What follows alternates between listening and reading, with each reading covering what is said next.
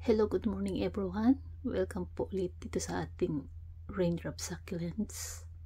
Long time no see.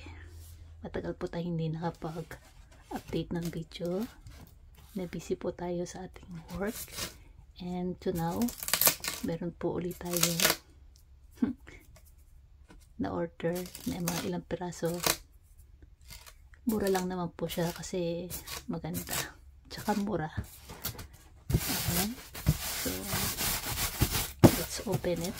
Ito po ay import from China and air dried syempre. Ayan. Inopen ko na po siya but hindi ko pa po na-open yung isa-isa. Open po natin. Let's see. And before that, bago natin i-open, huwag niyo po ulit sana kalimutang mag-like, share, and subscribe. And hit the button na rin po para susunod na update po ng another video natin. And hope you enjoy sa ating pag-open ng another new whole succulent. Okay. Yan. Tingnan natin ito. Maganda ang weather but malamig pa rin. Since talagang mahaba po ang taglamig dito sa Korea. Ayan. Bilisan natin siya para hindi kayo mainit pa. Ayan, ano kaya ito? Tingnan natin kung siya.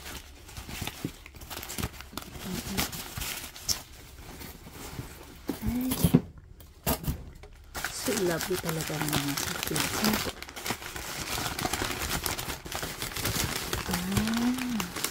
Ito yung tornado. I think tornado. Tornado siya. Ito yung talida. Wait. Tornado. Yan, lagyan natin yung pangalan. Wow. Ganda. Colorful. And syempre air dry. Yan.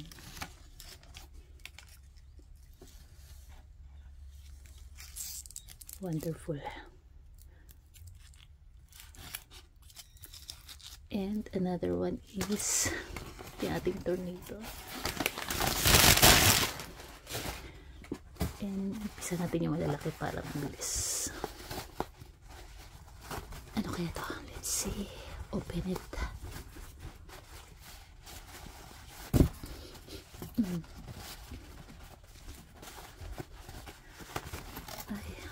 Ilang araw na rin po itong dumating kaya hindi ko pa siya na-open kasi nga na-busy tayo sa ating work. So ngayon meron akong oras ang kaunti and then ayan, ito naman yung Raul Kalabatong Laul Sedum siya Raul. Okay, cute. Ang nilagay nila dito is para siyang bulak cotton para hindi siguro masira pag nag packaging. And until na ilang araw na rin siya dito sa styrofoam, and then okay pa naman kasi dala na rin siguro ng weather na maganda rin ang weather, hindi siya gano'ng mainit, so okay ng packaging, dry, no problem. This is Raul Sedum Kalabatong. Perfect.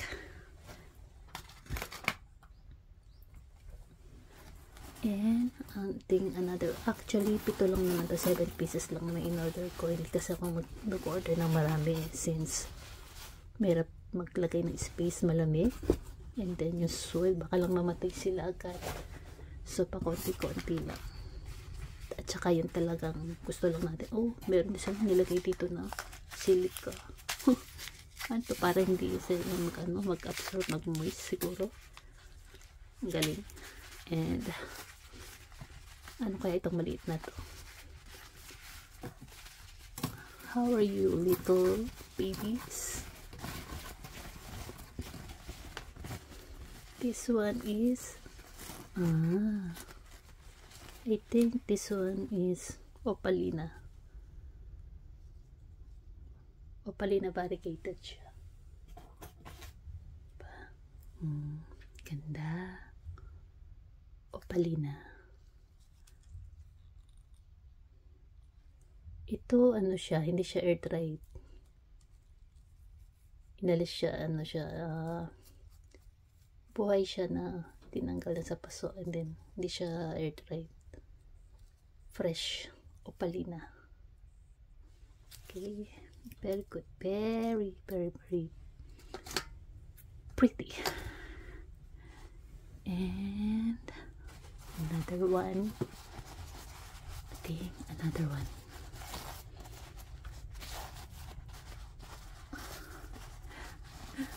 Ay, very satisfied. Alam niyo ba na isa sa magandang masayang araw ko is yung ito, pag-open ng box. And then every morning tingin-tingin sa kanila kung okay ba sila, kung nagmo-moist pa sila, o kung meron bang hindi okay yung situation nila, diba?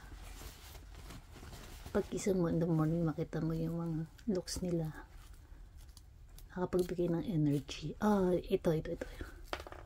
Ito, in order ko siya. Actually, merong malaking ito. Ang kinuha ko lang is yung maliit. Kasi medyo mahal yung malaki niya. And then, ito naman, konting alaalaga lang. Lalaki din naman. Ito yung pakipinam. Yan. Tudleya. See? Cute. Tudleya pakipinam.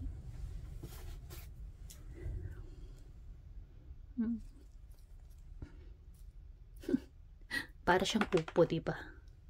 Pupo ng Philippine vegetable. Pakipitam. And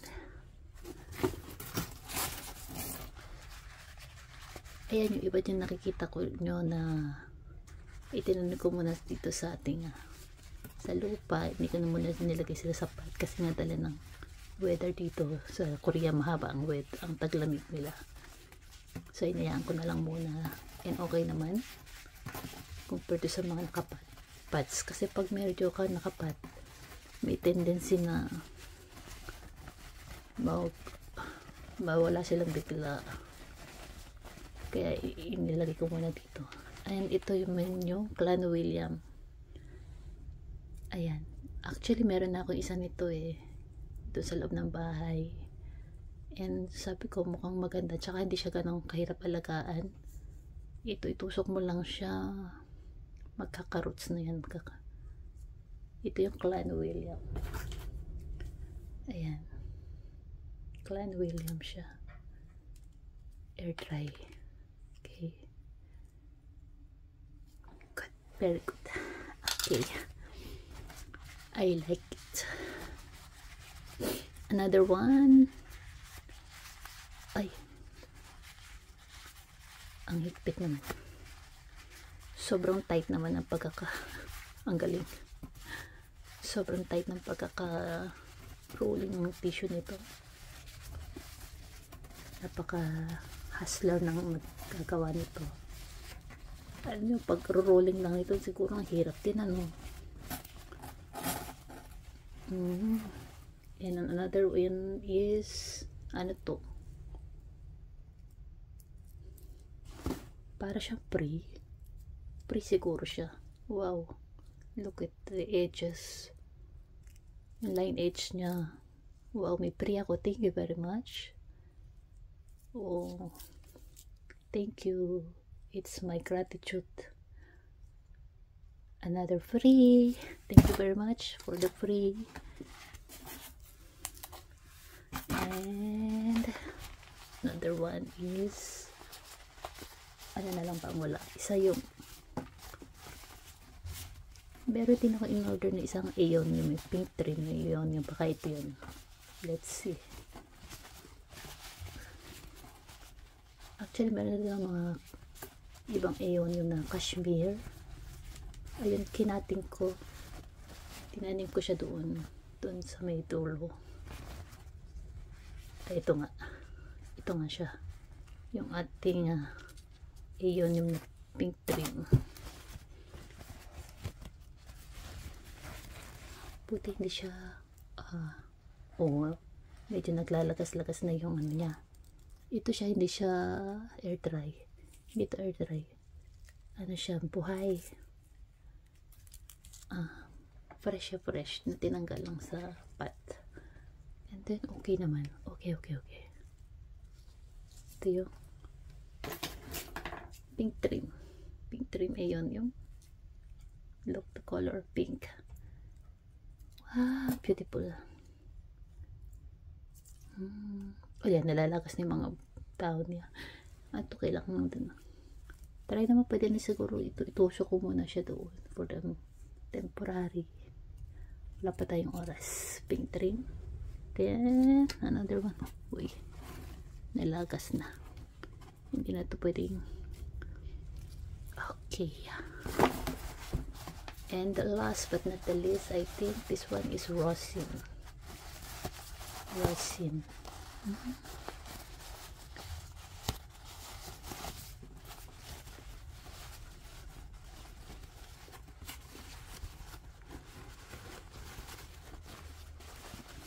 Okay. Haba talaga ng taglamig dito sa Korea. Pero pag summer naman, grabe, super init. Wow, ang ganda ng kulay niya, oh. Look. Nagpipink na yung back niya, yung likod ng lips niya. Ito pala yung opalina. So, yung kanina pinakita ko is rosin. Para siyang kamukha din ng opalina. Ay, mali pala ako. Ang buti may name tag siya. Ito yung opalina variegated. Nasaan yung kanina? Sandali. Ito yung opalina. Okay. Ito yung opalina. Okay. Yan. Yung opalina. And then yung kanina, ito yung rosin. Ito pala siya. Okay ba? Rosin. Rosin. And then opalina. Ayan. Ilagay natin. Okay.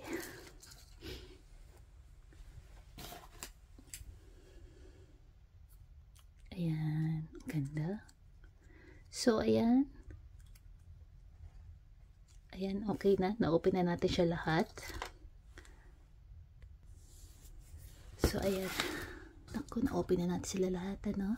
And, salamat po ulit sa pagsama niyo for today. Ayan. Ang ganda ng laul, oh. See? Laul. Clavatum. Very colorful. Then, ang ating ayon, yung pink trim. Okay. I love them all. I know, maganda silang, lalaki silang maganda. And, this one. Ganda ng priko, oh.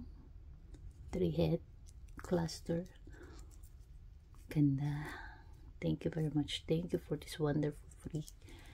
And, ayan. Hindi ko muna sila itatanim for today. Malamig. -4. So, ayan. And then, yung iba ko naman na mga, ayan, yung mga pots, yung mga tinanim ko last. Okay. And then, ayan, yung mga nasa pots. Okay.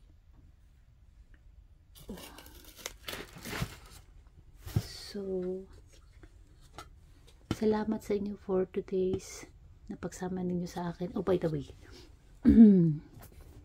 look yung aking Ariel na crested. Na sunburn siya.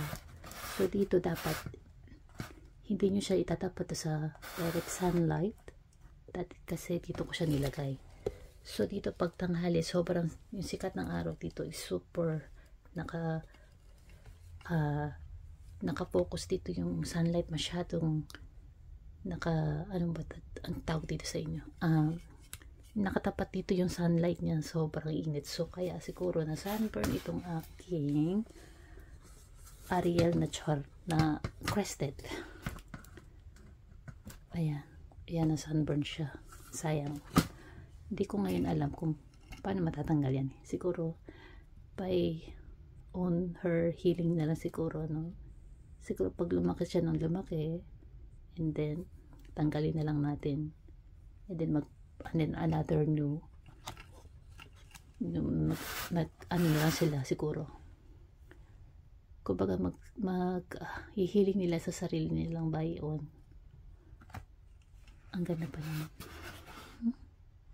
Sayang, but hopefully okay naman, at least buhay. So ayan, thank you again. Salamat po ulit sa pagsama niyo sa akin for today, and see you on the next video. Salamat po. God bless. Bye.